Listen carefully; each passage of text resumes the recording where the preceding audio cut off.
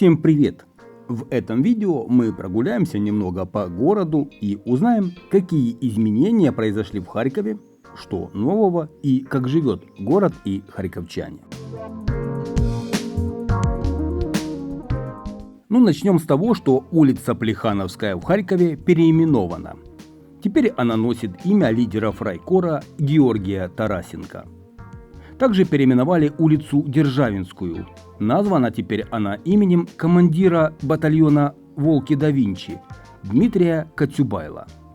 А улица броненосца Потемкина переименована в честь легендарного комбата и нацгвардейца Олега Громадского. Безымянный сквер на улице Конторская напротив дома номер 5 назван в честь боевого медика Владиславы Черных. Харьковчанам, которые имеют жилье на улицах с новыми названиями, менять прописку и документы на недвижимость не нужно. Кроме этого, в Харькове переименовали сквер «Дружба». Сквер, который находится на перекрестке улиц Мефодиевской и проспекта Героев Харькова, теперь имеет название «Сквер Тепловиков». Такое решение принято на очередной сессии Горсовета. К переименованиям в Харькове мы еще вернемся. А пока скажу, что 4 школы Харькова восстановить невозможно. Речь идет о школах номер 46, 47, 78 и 134. За время войны в Харькове было повреждено 242 учебных учреждения и 112 школ. Всего в Харькове около 200 школ. Уже удалось восстановить 48 учебных учреждений и 33 школы.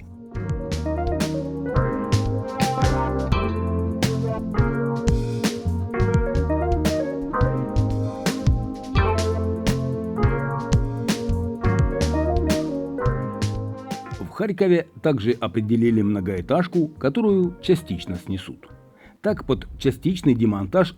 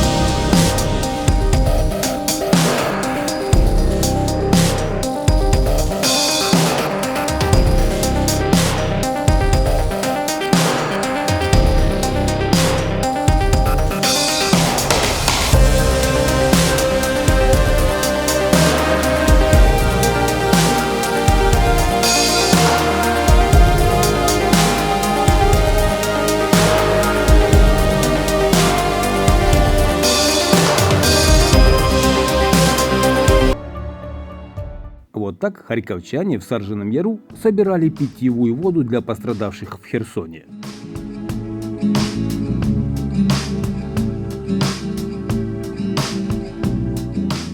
Кстати, жители Харьковщины просят не покупать рыбу после подрыва Каховской ГЭС. Специалисты настаивают на полном запрете продажи любой рыбы в местах стихийной торговли на территории Харькова и Харьковской области. В Херсонской, Николаевской, Запорожской и Днепропетровской областях наблюдается мор рыбы. Жителям региона рекомендуют воздержаться от приобретения и употребления свежевыловленной рыбы.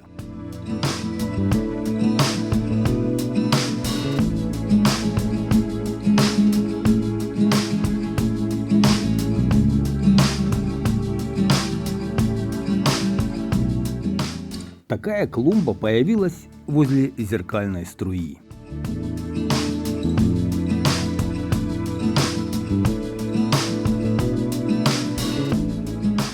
А такая на Университетской горке.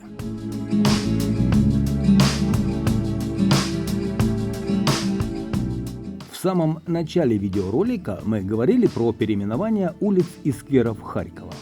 Но это еще не все. Также в Харькове планируют переименовать улицу Пушкинскую и станцию метро с таким же названием.